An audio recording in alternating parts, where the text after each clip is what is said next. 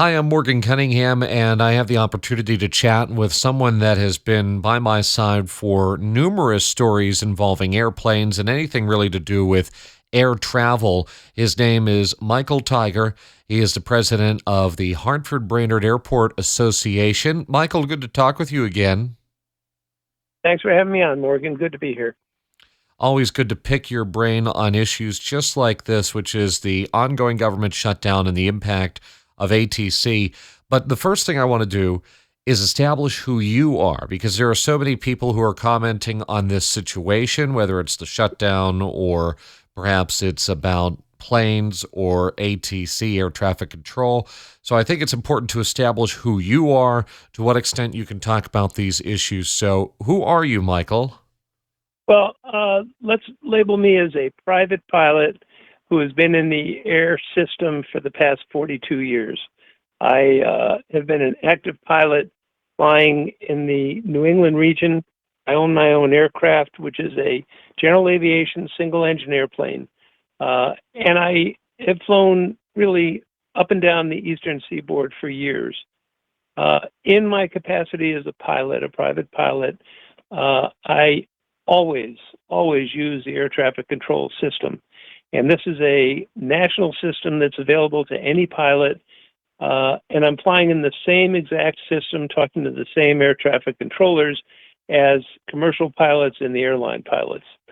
So we are users of the same system, and we are all affected by this concern about air traffic control shortages that are hitting us now.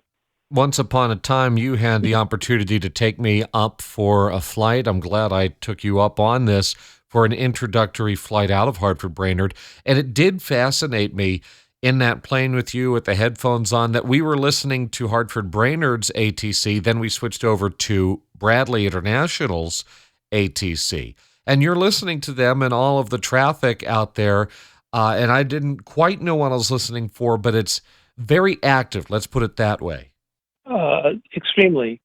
I fly under air traffic control with every flight that I take. And what that means is that there is somebody on the ground, air traffic control, who is aware of my flight, my intentions, and my destinations. And their job is to do several things. One is to keep an eye on my airplane and to make sure that I'm going in the correct route.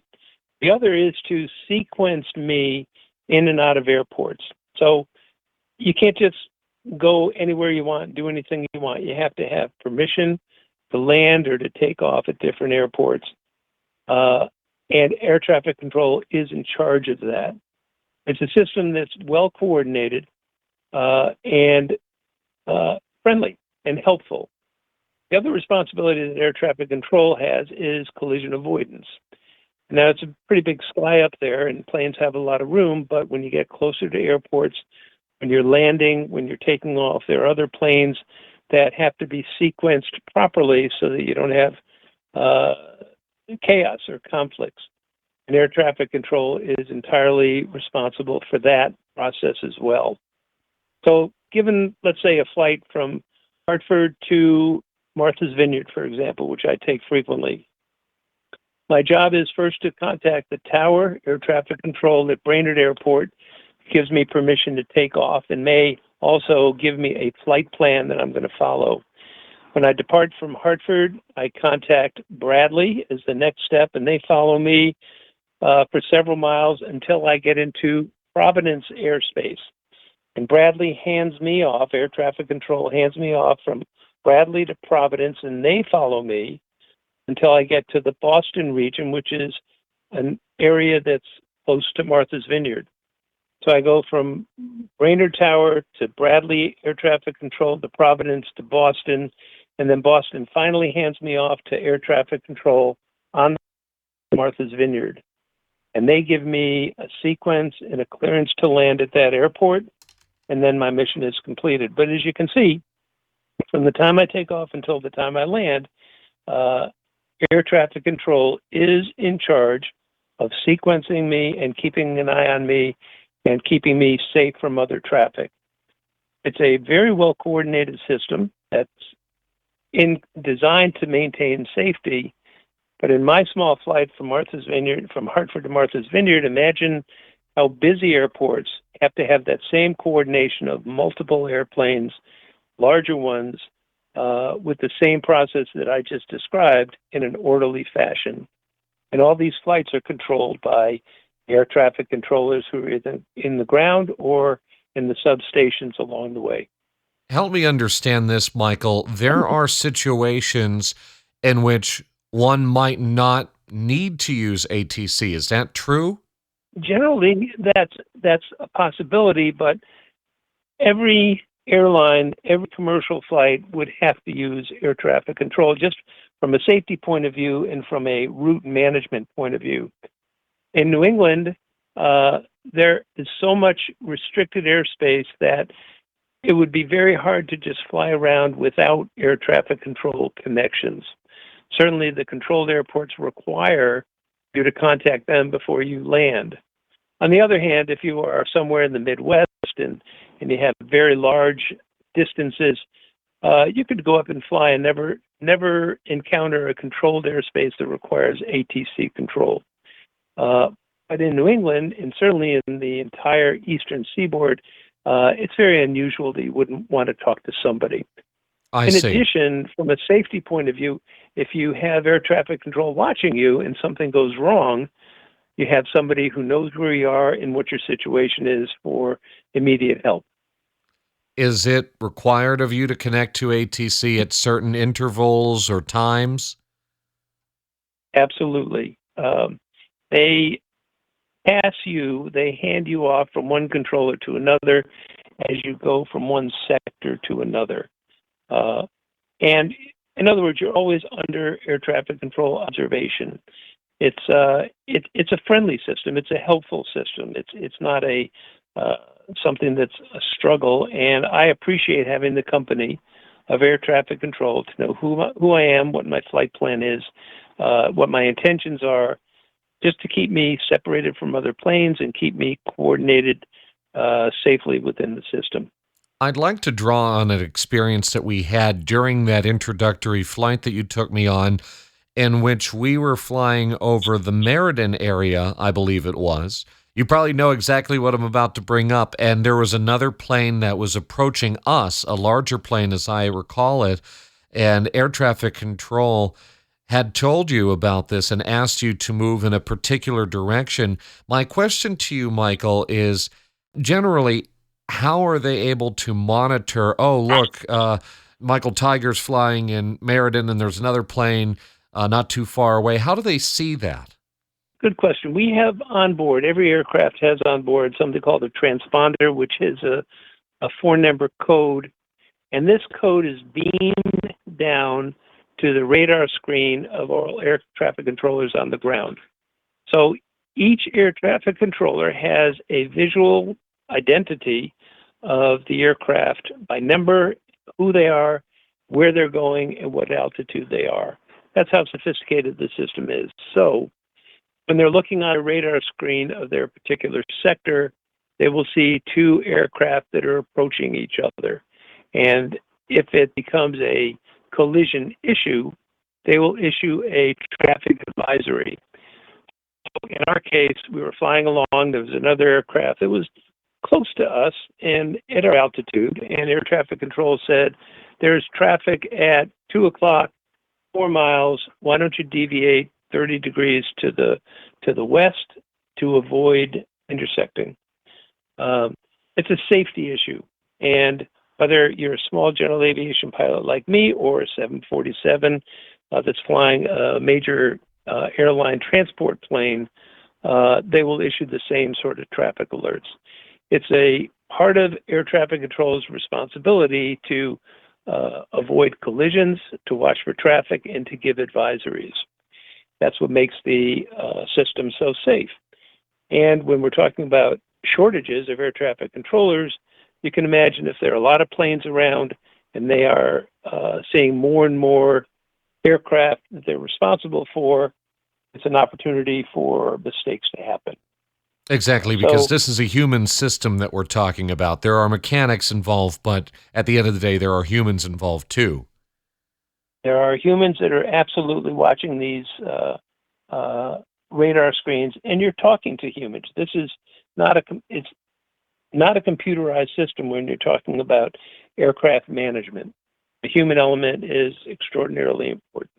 I realize how critical the job is, how important it is, and how understaffed it is. We took that flight 2 years ago, Michael, and at that Right. time we were talking about a shortage of air traffic controllers.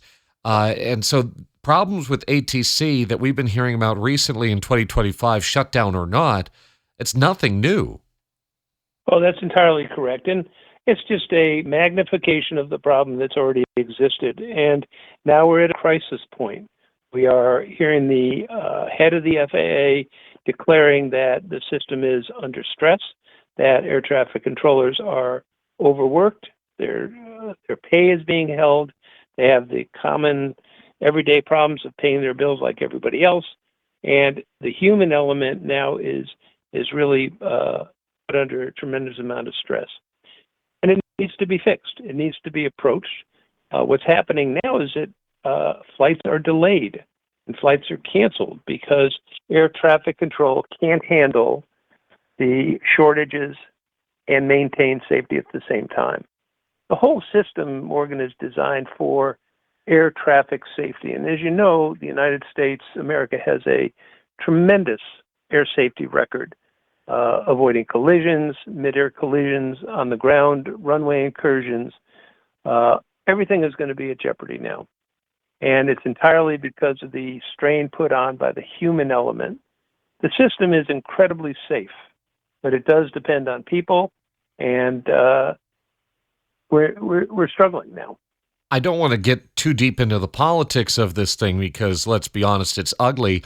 And I want to get more of an understanding how ATC works, how planes fly up in the sky. But there was a remark that was made by Republican Senator John Boozman of Arkansas that said, quote, and this was on X, it shouldn't take, quote, planes falling out of the sky, end quote, and basically to address the shutdown. And then he continued to talk on about the politics of the matter. Is it Right. at that point where planes are going to fall out of the sky because of this from your perspective? Or would that not happen because planes wouldn't take off if there's a shortage of ATC? I think ATC will do the best they can to maintain safety. And what's happening now, I think, is that because of the shortages, there are flight delays which are increasing dramatically, and flights just can't take off. There has to be some order in the system, and if too many planes are put into the system and there's a shortage of people to manage those planes, you're just going to have to cause more delays and more cancellations. And that's not how the system should work. It's a little bit too dramatic to say that planes are going to fall out of the sky, but the issues that we have are collision avoidance and dangers that may occur because there are too many planes sequenced around an airport without proper air traffic control management. Collision avoidance is something that every pilot is acutely aware of, whether it's a single engine guy or a large airline transport plane. And as you know, there have been collisions, which in the end, it's the responsibility of both the pilot to see and avoid, but air traffic control, who can see everything on radar. It's a system that's supposed to work well, but it requires people. And that's where our problem is. So it would be a little too dramatic to say planes are going to fall out of the sky, but the safety of collision avoidance and sequencing airplanes safely is really what the issue is. And you can only stress the system so far, but you can only stress the system so far before a problem is going to happen. We're approaching the very busy holiday time of the year, Thanksgiving, Christmas, New Year's, and people are going to be looking to travel. What stress, what strain does that put on air traffic controllers, pilots, airports, from your perspective? The public should know that air traffic control is doing everything they can, and they are an extraordinarily accomplished, capable group of people who manage the system. I wouldn't want to be alarmist at all, but I think the public rightly should be concerned and aware that the system is under strain and that they are depending on their safety, their lives, to a system that's supposed to work properly. So this is everybody's concern. It's certainly the pilot's concern, it's air traffic control's concern, but it's also the public's concern that they are entering a system that's not as safe as it should be. And I think every air traffic controller would agree that things are just not where they should be. I will put a strong plug in for our air traffic controllers because I've worked with so many different controllers over the years. They're professional, they're helpful, they're on the ball, and I am totally comfortable that their expertise is what makes my flying that I do extraordinarily safe. I certainly feel safer flying my airplane from one place to another than I do getting into my car at the end of the flight and driving home on the highway. Have you been in touch with anybody in ATC on a personal level, not just talking from plane to the tower, but have you talked with any of them about the impact on them, how they're feeling at this point in time? I'll be honest, I have not, and I would suspect that if I did have the conversation with the fellows that I use all the time, from a professional point of view, they would not be alarmists. They would say we're doing the best we can. This is not something that I think these guys who are highly professional would grumble about to the public, to the press, or to me. But I have no doubt that they feel the stress, and it's measured by the number of planes that are canceled or delayed, by the short staffing. And I think that they're struggling, but no, I haven't talked to anybody personally myself. It's interesting because we at WTIC had tried to take care of the story a little sooner than this, Michael. We did try to find someone in ATC, but to no avail, who wanted to talk, and it's entirely possible they didn't want to get into the weeds of this thing politically. As you suggested, they didn't want to be alarmist. But I do want to point out to a report that we, again, at WTIC had used recently from CBS. There are people now in ATC who have taken second jobs in order to help make ends meet. So you're doing this strenuous job during the day and taking on, I don't know, a bar job or whatever else later on at night. How does that work? It's critically unfair. These fellows work in a very difficult job. They're highly professional, they're highly accomplished, and they know what they're doing. They are really focused on safety. And with all the air traffic controllers that I've worked with over the years, I've never considered myself talking to somebody who's not capable of managing the system properly. So they know what they're doing. To take these fellas, overwork them, not pay them, having to take second jobs, the system can't take that stress. And it's going to be pretty straightforward that something is going to have to give, and it needs to be fixed. They certainly need to be paid. And I agree with you. You don't want to get into the weeds of the politics, but the system needs to be fixed. You can't take these professionals and treat them with this difficulty. At this point in time, as a pilot, you're alarmed perhaps a little bit, but you're not worried to the point where you're not going to fly. I think that's correct, but my flight risks are lower than an airline guy, which means that I'm flying into airports that aren't quite so busy, that are able to handle the capacity of Martha's Vineyard or Nantucket or Hartford Brainard. But now you're talking about other airports like Chicago, and those have many, many more flights going in and out that need management, and they're the ones that are going to feel the stress more than I would. Is there anything else here, Michael, that you think that people ought to know about this situation, about air traffic control, that we didn't get into? You know, usually when I have interviews like this, I try to convince the public who's listening that air safety is remarkably good in America, and that I have no problems flying in the system. Airplanes are safe, and the system is safe. But I think I have to modify my remarks now with what's going on to say that there should be concern from all levels that air safety is now coming under risk. And I think the public needs to know this, and they should be contacting their legislators and their representatives to let them know that they are concerned with how air traffic control is treated. In the end, it's the public that's going to suffer from this issue. Not so much from the air traffic controllers who don't get paid, but public safety is really at issue now. I don't want to be alarmist today, but I think this is where we're headed. In other words, you're saying that it isn't just ending the shutdown. This is a systemic problem within air traffic control, the system as a whole. Absolutely. Well, they need to be funded, they need to be paid, and they need to have enough workers. The system itself is designed for safety, and I have no problem with that, but it requires the human element, and when the human element is at jeopardy, the entire system gets at jeopardy. Michael, I really appreciate your time on this issue. Always a pleasure to talk with you. Well, thank you, Morgan. I'm glad to be here, and you can call on me anytime.